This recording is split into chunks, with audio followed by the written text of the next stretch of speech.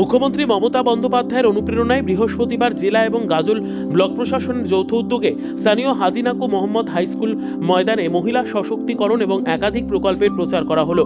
ওই অনুষ্ঠানে মহিলাদের ব্যাপক ভিড় উপচে পড়ে। অংশ নেওয়া বেশ কিছু মহিলাদের আনন্দধারা প্রকল্পের আওতায় ঋণ দেওয়া হয়। শুধু তাই নয়, দিনভর জুড়ে কুইজ সহ নানান প্রতিযোগিতা অনুষ্ঠিত হয়। জয়ীদের পুরস্কার বিতরণ করা হয়।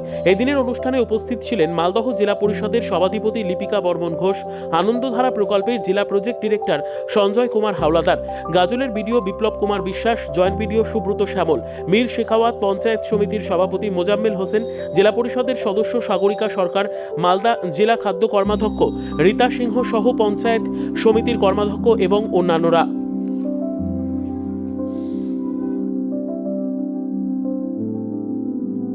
যে বিভিন্ন প্রকল্পগুলো আছে, এই প্রকল্পগুলো সম্পর্কে অনেক সময় জানতে পারেন না। সেই প্রকল্পগুলো জানানোর জন্য এবং যাতে উৎসাহিত হন প্রত্যেকে এবং জেনে অন্যকেও জানাতে পারেন, তার জন্যই এই অনুষ্ঠানটি করা হচ্ছে, যাতে এবং উৎসাহিত হয়। তার জন্য আমরা কুইজ কম্পিটিশন এবং অন্যান্য খেলার মাধ্যমে এটা আমরা আয়োজন করছি এটা, এবং সারা পশ্চিমবঙ্গে আমাদের অন্যান্য ব্লকের সঙ্গে আমাদের ব্লকে হচ্ছে, এবং এটা আমাদের ব্লকে বড় করে হচ্ছে, বেশ বড় অনুষ্ঠান করে করা হচ্ছে। আজকে আমরা চেক প্রদান করলাম এবং এই সঙ্গে আমরা আরও অনেকগুলো প্রোগ্রাম করব। এবার আমরা গ্রাম পঞ্চায়েতের বিভিন্ন প্রোগ্রামগুলো করবো, গ্রাম পঞ্চায়েতে গিয়ে প্রোগ্রামগুলো করবো, সেটা আগামী কয়েকদিনের মধ্যে অনুষ্ঠিত হবে।